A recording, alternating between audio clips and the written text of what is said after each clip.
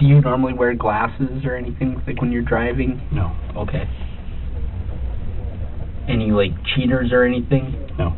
Okay. We found a pair of broken glasses in your vehicle, but they weren't sunglasses. This is Jason Ravnsborg, South Dakota's Attorney General and the state's Chief Law Enforcement Officer. On September 12, 2020, his car struck and killed pedestrian Joe Beaver outside Highmore. Ravnsborg told 911 he did not know what he hit and said it could have been a deer. In this first interview, investigators will lock down that account before asking about one object he cannot explain, broken glasses inside his car. Watch how they let him commit to details before revealing what they already know. So, we're out here trying to help piece this all together, and so we just want to get your take on what happened, what your recollection is. Yep. You know, there's no criminal charges filed right now. You're free to go at any time. Any questions that we ask, if you don't want to answer any of them, just let us know. Like I said, you are free to leave. At any point, if you decide you want to leave, just let us know you're done, and you can either walk out or we'll escort you out, however you want to do that. You know, if at any point you decide that you don't want to talk anymore, we'll just end the interview. This is a voluntary interview, and the agents make that explicit. Ravnsborg can refuse a question or leave at any time. Because South Dakota's investigative division answered to his office, agents from North Dakota were brought in to avoid that conflict. The interview begins with routine intake. We have removed the portion containing his home address, birth date, and phone numbers.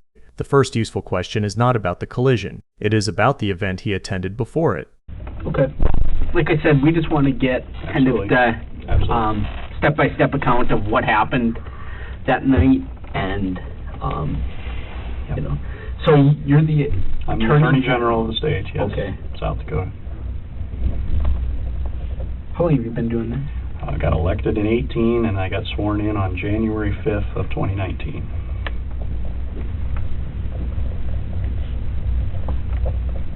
January what did you January 5th. 5th of 2019. Okay. All right. And your office is here in Pierre? The main office is here in Pierre. We have satellite offices, but the main office is here. Okay. All right. So, which is up at the Mickelson Center. Okay. Where DCI is on second floor and we're on first floor. Okay. Yeah. He pointed out that building to me yesterday. I had never seen it before. Public safety building, is that what they call it? The Mickelson, well, we call it the Mickelson building. We had a governor that got killed in a plane crash, and we named it after him. Oh, okay. Yeah. Okay. All right. Mickelson, I believe. It's a pretty famous South Dakota name. The grandfather and father both were governors. And okay. Wow. And then the most recent one was the speaker. Okay. So,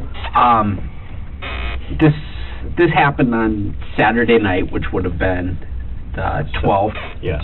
So it happened September 12th. Correct. So, kind of take me through that evening leading up to that. Where were you at? Okay, so I was in Redfield, South Dakota, at a place called Roosters, and then that was at the Spink County Lincoln Day dinner. These are usually dinners held in the spring, but because of COVID have been largely moved to the fall, and they are county party functions, and I guess that's the Republican function. Okay. A political function. And Senator Rounds was there, and he was the keynote speaker. At the Lincoln Day dinner? At the Lincoln Day dinner. Okay. And that's U.S. Senator Rounds. You know. Okay. And then I spoke at the event. Okay. And a guy named Larry Nielsen is the chair of the party there. In anticipation of a meeting, I did reach out to him and ask if I could have the guest list of who was there, and he has provided that, and I can give you that. Oh, okay. Of everybody that was there. Sure. Okay. I also have, I guess I would say that I also got the waitress's name, so that I've never met her before that night, but I got her name just to show that I did not drink alcohol that night. So how these events usually work is they have like a silent auction. It's the party faithful come in. There's some speeches throughout the night. There's approximately 30 people there. I didn't count, Okay. per se, 20, 30 people.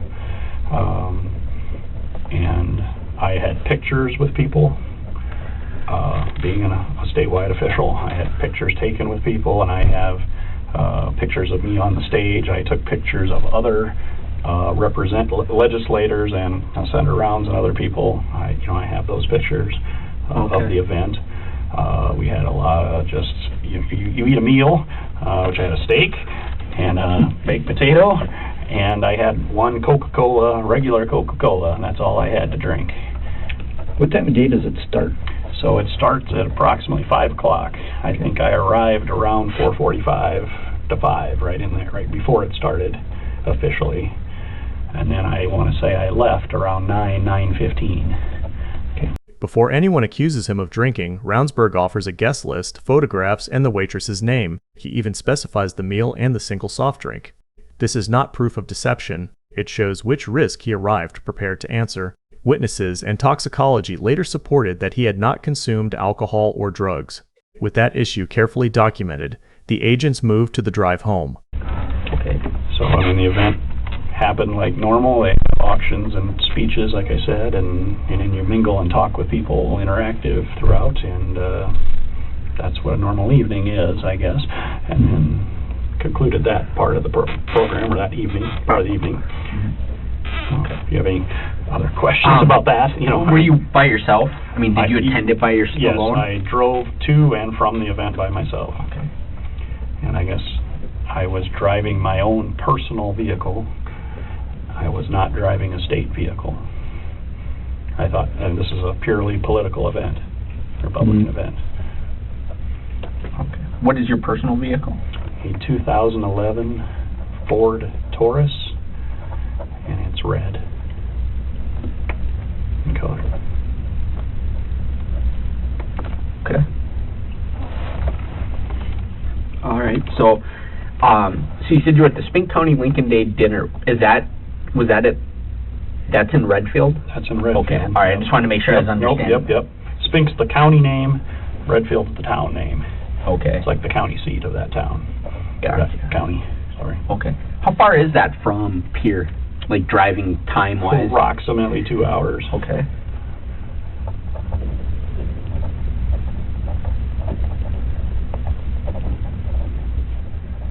Is it basically a straight shot on that highway that... Okay, so this Mickelson Center that we told you about up on Highway 14, how I traveled is I traveled all the way straight on 14 till you got to Miller, South Dakota. Okay. Then I went north, and then there's a T intersection. I guess I don't know the name of the road offhand at the moment, but you go north, and there's a T intersection. If you go left, you're going to go to Faulkton. If you go right, you go to Redfield. And obviously, I went right. So you basically made an S-curve is the route. Okay.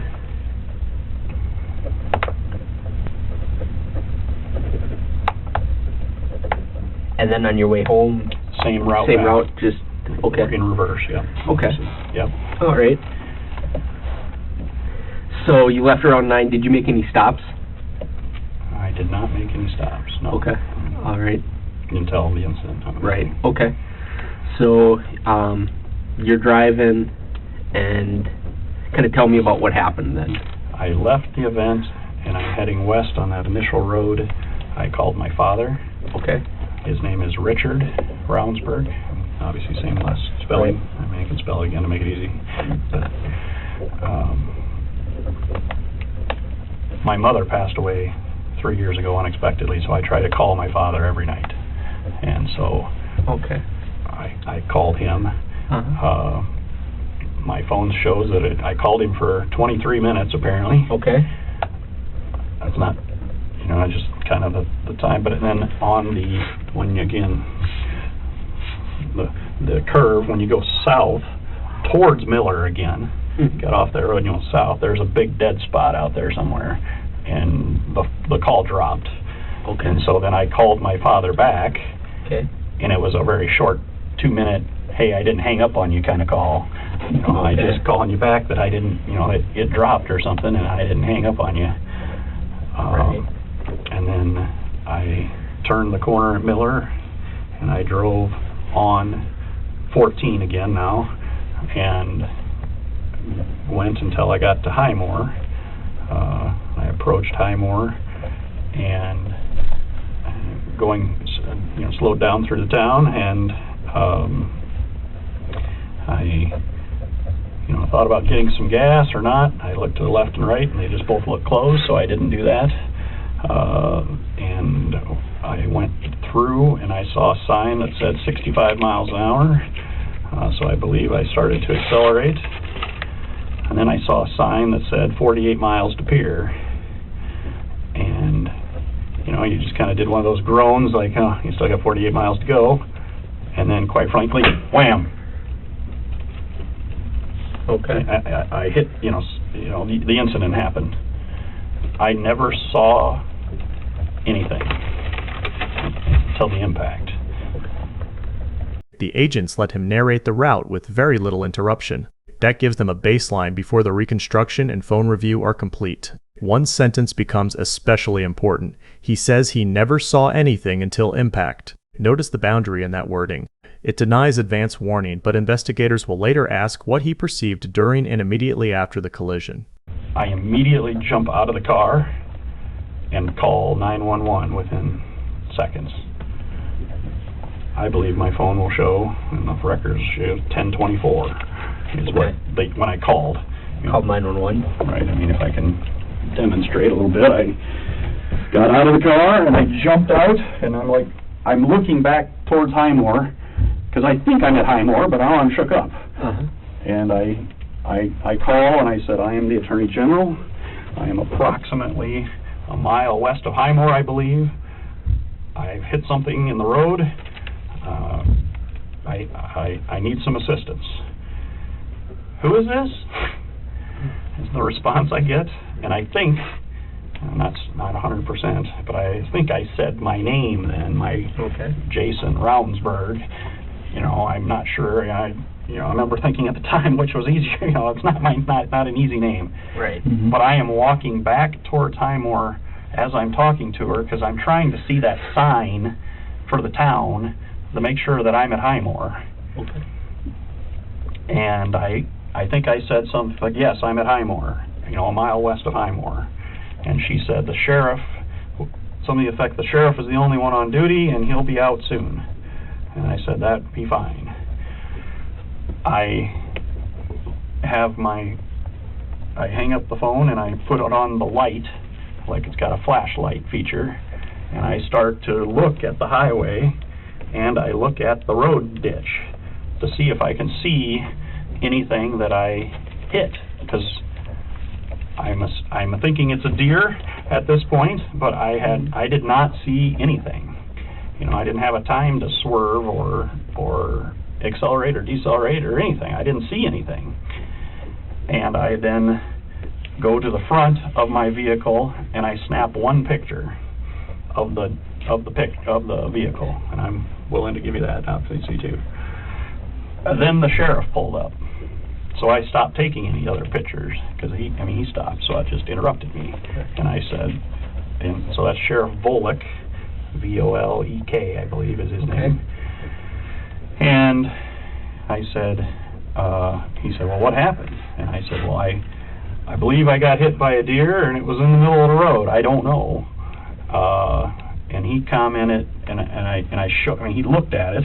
He's looking at my vehicle, and he said something to the effect of, well, at least it didn't knock out your side window, because it did not break the passenger window.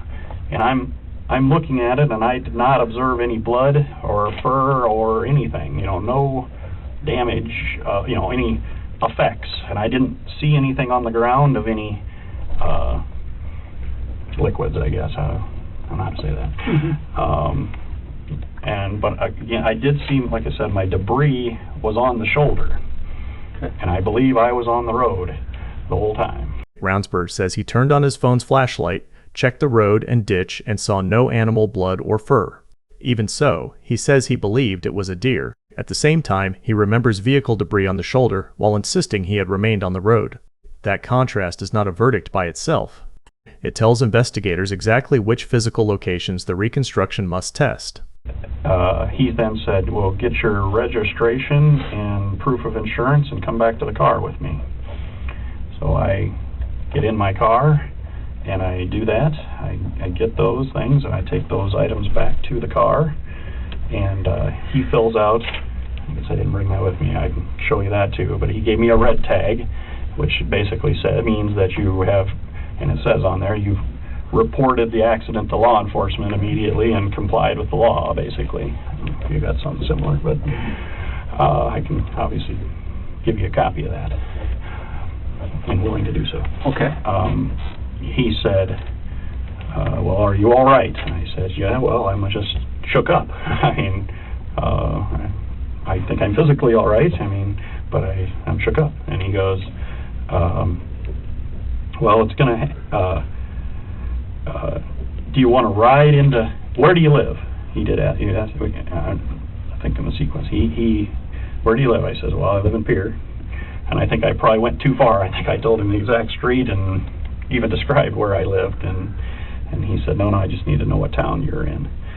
Do you think you're able, we'll have to get a tow truck out here for it. Okay. Do you think you're able to drive? I said, yes. But you just mentioned the tow truck, and obviously the windshield smashed in pretty good, and I don't know if it's safe to drive. And he says, no. Well, would you like me to take you to Pierre, or would you like to drive? And I says, quite frankly, whatever you think is best, Sheriff, at this point, whatever. And he says, well, how about we take you to the house? And so from the crash site, he was at his house is literally the very next gravel road, and then up, I don't know, a quarter, half mile back in is his house. So he took me to his house and actually gave me one of his personal vehicles, and he let me take it to go back to Pierre. About 2 miles, I approximate, about 2 miles down the road, he pulls me over again. And I said, is there something wrong? Is there something else? And he goes, you didn't give me the keys to the car. And so I give him all of my keys. And he says, no, just give me the car key, you can keep the rest. So then I worked with it to take it off of the keychain, and then it's one of those where it's black, and it's got the key, so it's more of a thick key kind of thing. It's got a remote control on it and everything. So I fumbled with that a little bit, I'll admit, and then I gave him that, and he said, you're free to go again. Continue. I don't know if I was right there, or I did see the white pickup in the ditch at the time, but I didn't put two and two together yet. I saw a white pickup that looked damaged in the ditch. But I continued home, and I did call my chief of staff, who is Tim Borman, and I called the director of DCI, who is Dave Natvig, and just said that I was in an accident, and I believed it was a deer, and I sent them a copy of the photo, and then they suggested I call Volick back and say, could I bring the vehicle back? What arrangements do I need? And then Tim would come back with me the next day to take the vehicle back to him. And I got home safely, no incidents from there. The next sequence sounds procedural. A sheriff arrives, loans him a vehicle, and Ravnsborg calls senior officials. But his office changes the stakes. He is not a patrol officer. He is the official who controlled South Dakota's Criminal Investigation Division. That is why an outside state agency is asking these questions. The agents still avoid accusation. They keep collecting names, calls, and decisions that can be checked independently. 11:45, midnight, somewhere in there, approximately. Get up the next morning. The arrangement I'd made with Tim was he was going to be at my house at 8 o'clock with his vehicle, and he would follow me to Highmore. And I told him, well, I wanted to gas up the vehicle in Highmore and I thought that was the right thing to do. The guy loaned me his vehicle, I'm going to fill it up at least. And then I said, I talked with Tim of, we need to look, I never looked on the other side of the road when I looked. I looked on the right north side, but I never looked on the left south side. We should probably look there and look at the, I want to see what this deer, if it made it or what happened. So we fill up with gas and we go back and we park on the north side of the road where my debris is still sitting there. And, oh, by the way, probably some things assumed, but the car is gone, of course. My car is gone. The tow truck had come sometime in the middle of the night with the sheriff, and that was not there anymore. So this is approximately 9:30 in the morning that we're at the site. I said, well, Tim, you go right from there was a chunk of my fender or quarter panel there right on the top on the shoulder. On the north side? On the north side, okay. On the shoulder, not down in the grass, up on the shoulder. And then you go left, or you go right and I'll go left. And I initially thought I saw it, and it looked like a fawn or a deer in the ditch. So I said, I think I see something, but then I come up, and it was the man. And he is not in good, he's dead. Okay. And so I, quite frankly, stammered, Tim, something to that effect, and trying to just get his attention to have him come up, and I kind of maybe run towards him a little bit, and Tim, you need to come see this. And I don't think I told him what I'd found. You need to come here and see it, and then he saw it. And I said to him next, well, we need to go find the sheriff again. And I know he's right up the road here. And Tim says, well, I will follow you. We'll take the vehicle back and we'll go find the sheriff. So I found the body and I said that we should go find the sheriff. We went to the sheriff's house. He come out to greet us and he said, good morning. And I said, I don't say morning, but you need to come see this. And I found a body. And he said, you're me, or no, something to that effect. And I said, I need you to come see this. And we left his vehicle that he loaned us there, and I gave him the key back. I jump in with Tim, and we go back to the site. And at the site, I show the sheriff what I'd found. And the sheriff asked me how I was. And I says, well, obviously, I'm even more shook up now. And he told Tim to look after me, and look after me, take care of me, and then he would be contacting DCI, our equivalent, and then go from there. And then we basically got in the vehicle and came back to Pier. And then some point in the morning, the Highway Patrol asked if I would do a blood draw, and I did do that yesterday, voluntarily. The next morning, Ravnsborg returns to look for the deer and finds Joe Beaver instead. Until this point, his story is organized around an unseen animal collision. From here on, every detail carries a different weight: where he searched, where the debris lay, and what entered the damaged vehicle. The interview has not become confrontational yet. The agents are still preserving his account before they show him the first object that does not fit it. Before we continue, I want to thank today's sponsor, Big Country. If you've ever wanted to leave the noise behind, restore an old homestead, and build a life of your own in the American heartland, this game is made for you. Big Country is a premium 2D farming RPG where you grow crops, care for animals, improve your ranch, and become part of a small country community. But it's not just about planting seeds and waiting for harvest. Every day brings new choices: what to grow, where to invest, which neighbors to help, and what kind of homestead you want to build. As the seasons change, you'll complete local contracts, attend county events, build friendships, and slowly transform a modest piece of land into a ranch you can be proud of. With its handcrafted pixel art world, touch-friendly controls, American country atmosphere, and original country-inspired soundtrack, Big Country brings the heartland farming experience to your iPhone.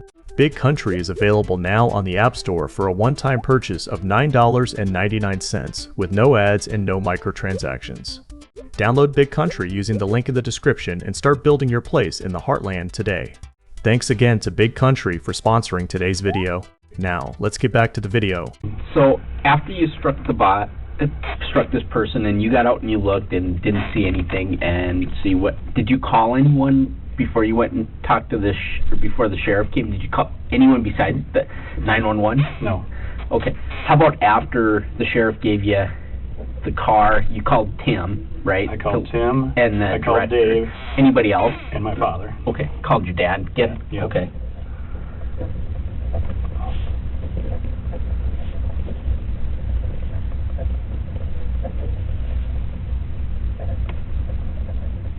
And the sheriff, I called the sheriff back. I think I told you that, but I called the sheriff on the way home. I called the sheriff back and said, I'd like to bring the vehicle back right in the morning, okay. right away. Okay. And he said, whenever, yeah. Whatever works for you. And I said, well, okay. I'll bring it back right away in the morning. Mm-hmm. Okay. What cell phone did you make these calls on? Do you remember?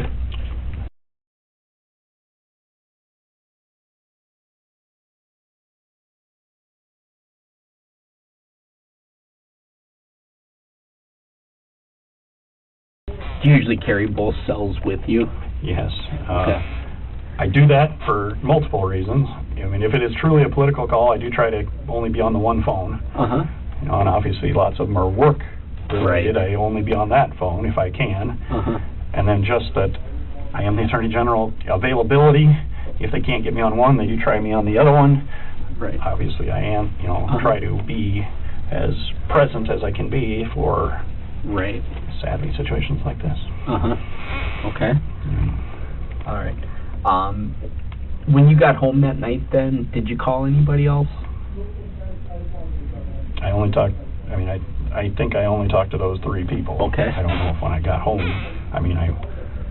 okay. I don't, if I called them when I got home or not. I think I might have talked to, Tim or Dave when I made it to the house. Mm-hmm. Just coordinating the next day, telling, that I, hit something, and, I didn't know where my car was going. Right. I never got from the sheriff where it was being towed to, mm-hmm. and what, where that would be at. Uh-huh. Chief Jones, who you met in the hall, had told me the next day that the Pierre PD had towed it and were right. putting it inside, basically, mm-hmm. to secure it. Okay. So, yep. and then I called my insurance company on Sunday to report it, I guess. Right. Okay. All right. And you had said you hadn't had anything to drink. Absolutely zero. I have okay. one regular Coca-Cola. Okay. And I'm not on any medication. Okay. I was set to have teeth taken out actually this week, and I was supposed to take antibiotics yesterday, but I didn't do it. Yeah. So, mm-hmm. because of this. Yeah. Before the glasses, the agents ask about phones and ordinary items in the car. Then, they change subjects without warning. Does he normally wear glasses? The question is simple because it closes off an easy explanation before the evidence is named. He says no. Only then do they reveal that a broken pair was recovered inside his vehicle. Do you normally wear glasses or anything like when you're driving? No. Okay. Any cheaters or anything? No. Okay.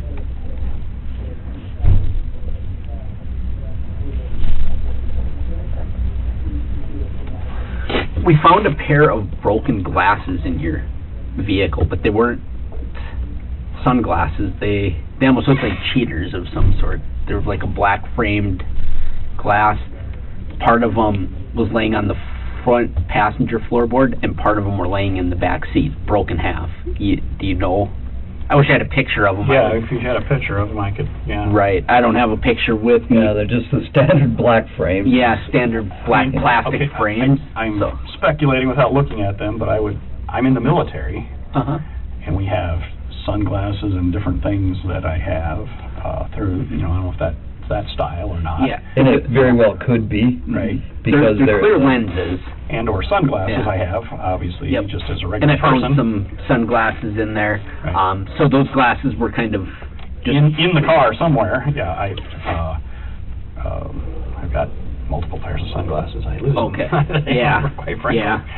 Yep. And like I said, these weren't sunglasses. They were actually kind of looked like they weren't real great quality. I mean, the frames were snapping up, but the lenses were intact, but the lenses had fallen out of the frames of them Okay. and were laying there, and they kind of were just somewhat out of, I mean, as out of place as when you don't Everything know was what you're in the front, looking at. yeah, Yeah. So we were wondering if those were yours or somebody else's. Yeah, I wish I had a picture of them, but that would clear that right up. I'd be happy to look at it whenever. Okay, right, Yeah. Send me Yeah. a picture, or show me Okay. a picture, or show me the glasses, or whatever. right, okay. Listen to the options that follow. The glasses might be old, military, sunglasses, or something forgotten in the car. None of those ideas is presented as a firm memory. This is a classic consequence of delayed disclosure.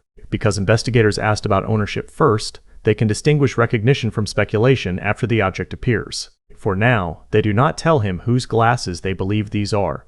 So when you were at this event, did you have both your phones with then too? So that Yes. everybody that you're familiar, I mean, the workers, I'm assuming it's like the agencies can get a hold of you on that phone, and then would you like call your dad on the other phone, or it might yeah. blend together? Right. I mean, so one is AT&T and one is Verizon, so that's the other thing. Sure. So there's just dead spots with both in the state, you know, and sometimes they do blend, but it's because I can't get you on the other phone, or I'm talking to Director Natvig and it drops and I can't get him back on that phone. I will use the other phone Sure. to, Yeah. and you know, to, Right. you know, continue the conversation. Okay. So I'm assuming you're like most, you carry them with you all the time, kind Yes. of thing. And Yeah.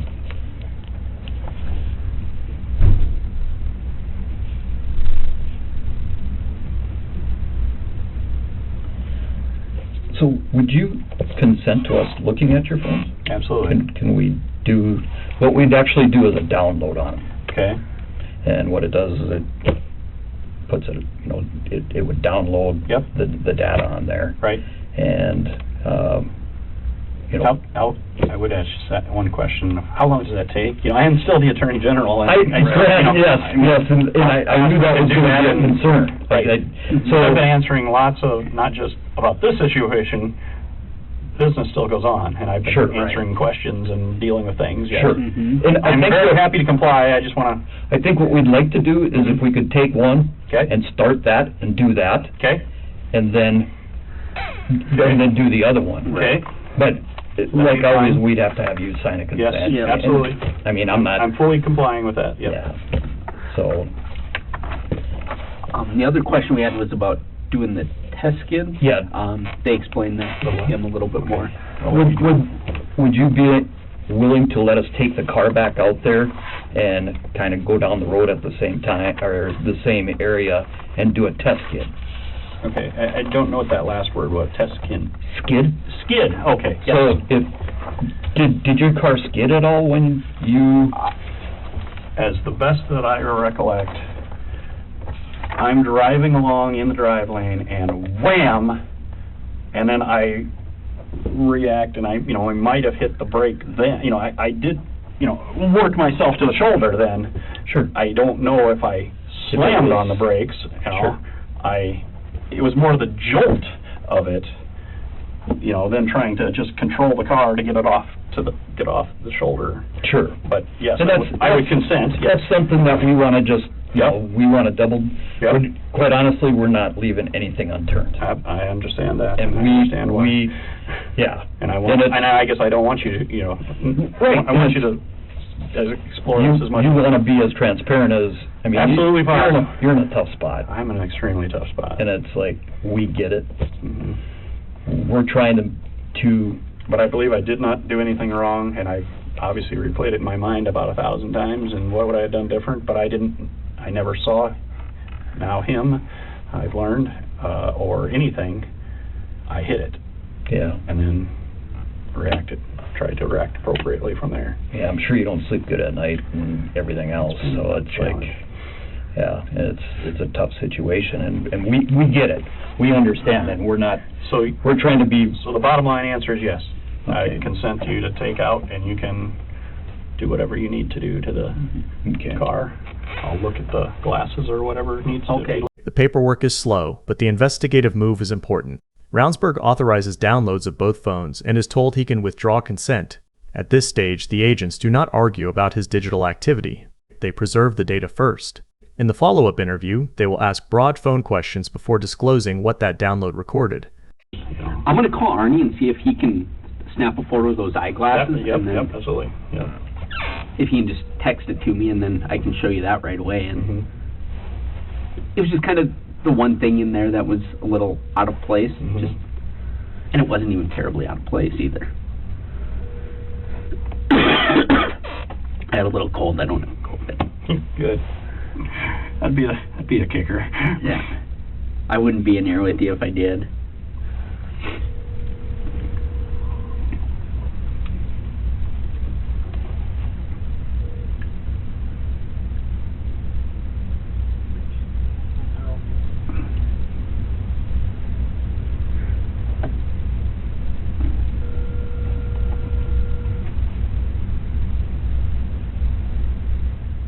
Hey, that pair of broken eyeglasses that we took out of the car, would you be able to snap a photo of those for me, and then just text it to me? Okay, thank you. Bye.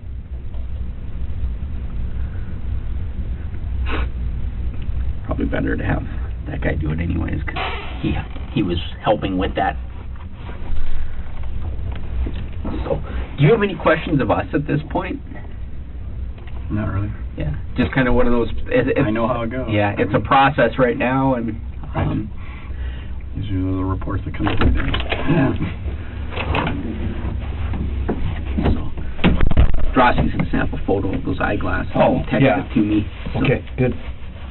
Good, and then we can figure out what those are. Yeah. He's also wondering about getting some personal items out of that vehicle. I don't see why we couldn't. I didn't see why we couldn't either. Nothing's pressing, as I told him. I just... Yeah. Well, I know you have a tie, or your red tie that you're wearing. I do, when I saw your photo, I'm like, oh, well, there's the red tie he was wearing. Well, typically I take off... I get to the car and I do take off the tie. I don't blame you. And what kind of stuff is it? Well, I mean, there's some CDs and such. Oh, okay. We could get some CD books or something in there. Right. Yeah.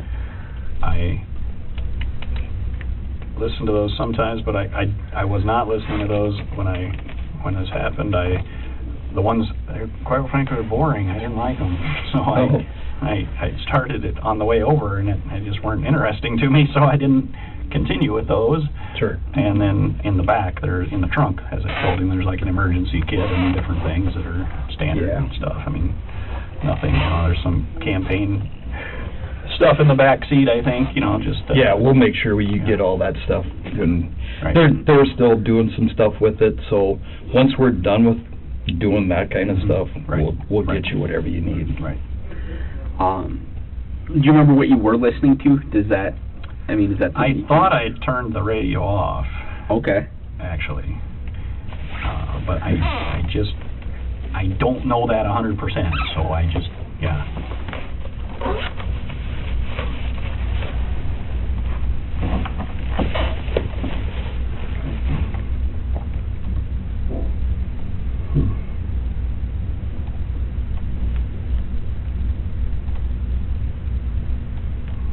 Those are not like what I thought with the military. But right. No, that's right. And you're saying, I was like, I don't think that would thicker, be. Right. No, I don't recognize that. Okay. Okay. All right. When a photograph of the glasses arrives, Ravnsborg says he does not recognize them. That answer gives Part 1 its clearest unresolved fact. A broken pair was inside the passenger compartment, and the driver says it was not his. The agents still withhold the identification. That leaves them with a clean statement they can revisit after the forensic work is further along. Like I said, I didn't see anything,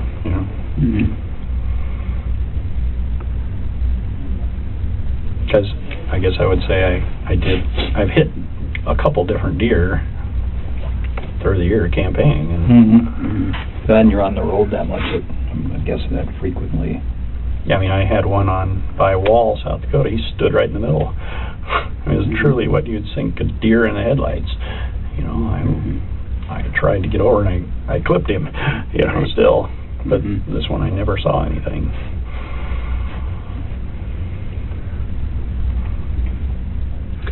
So when you struck something, you didn't see anything even then, huh? No, Okay. See that again? because it was more the How- jolt of it all. How far did you end up going? Do you have, I mean, and I get it, it's, I mean, Yeah, because what's your feeling how far you went before you were able to get it to a complete stop? I guess I would just be approximating, because I looked Yeah, it is- and it looked is- at where that one quarter panel piece that's on the shoulder Sure. was, you know, and then, I mean, it was a little ways from there. Okay. Yeah, Okay.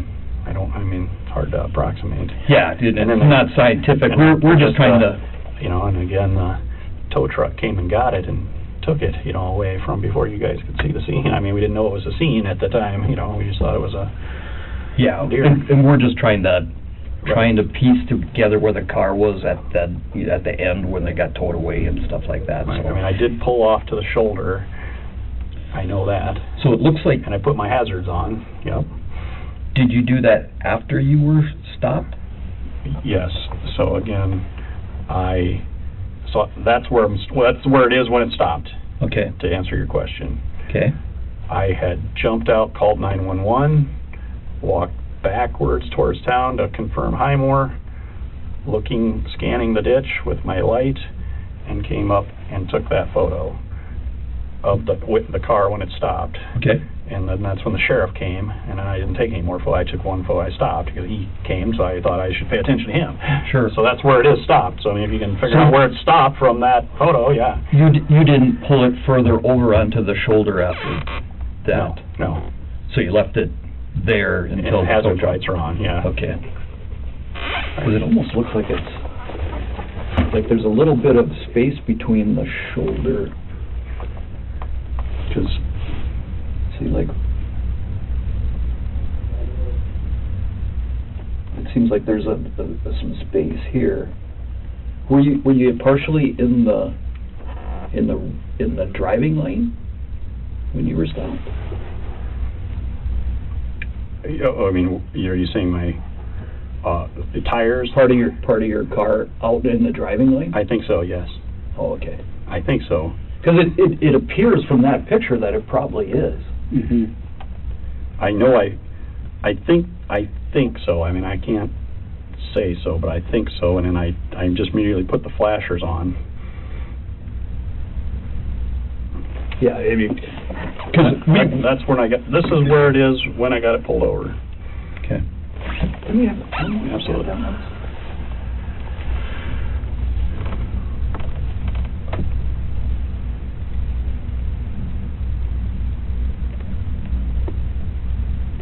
Yeah, because this looks like it's dirt there. Excuse me. I know I was on the road, and I mean, like I said, those pieces were on the shoulder, but not in the ditch that I found, especially that big piece. And that's what the next morning when we came back, that was still there, you know. And so that's where I knew where to approximately to look. I mean, I wouldn't have known exactly without.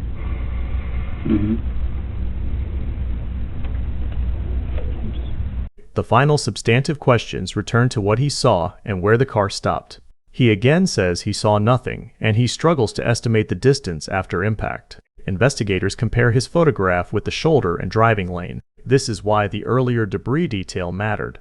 A memory claim can remain uncertain, but the vehicle path and scene evidence can be measured.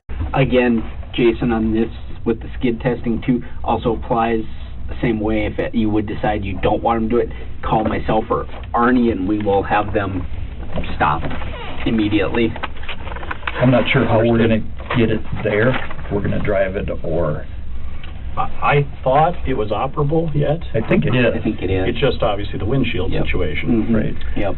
Because I do know they weren't able to, the shop that it's in, they had to drive it in there. Oh, okay. They, Yeah, well, and, I mean, there's that one little piece of metal that might need Yeah. to be bent out a little bit, but it's, Right. we're not gonna do. Make sure the tires Right. don't get popped, right? yeah. Yeah, Anything else in there? I don't think anything else right now. I think That's your card. That should be it. Yep, you have our Yeah. cards. Like I said, I'll just remind you again, on either of the searches, if you change your mind, call one of us immediately and we will I understand. stop All the right. searches. Thanks, Joe. Okay. And if we just call Thank you, Tim sir. Borman, Call Tim, he'll come comply as soon as he can. Okay, Obviously, he's dealing with the media storm. yeah, yep. Do we have Tim's? I do have I gave Tim's him the number. Yep. Okay, perfect. Well, thank you, sir. Thank you very much. I appreciate your time. Ravnsborg later entered no contest pleas to 2 traffic misdemeanors, using a mobile device while driving and improper lane driving. He received no jail time. In 2022, the South Dakota Senate removed him as Attorney General and permanently barred him from state public office. In 2024, the state Supreme Court suspended his South Dakota law license for 6 months after finding professional conduct violations. The court said his evolving phone explanation involved dishonesty and misrepresentation. That legal judgment comes later.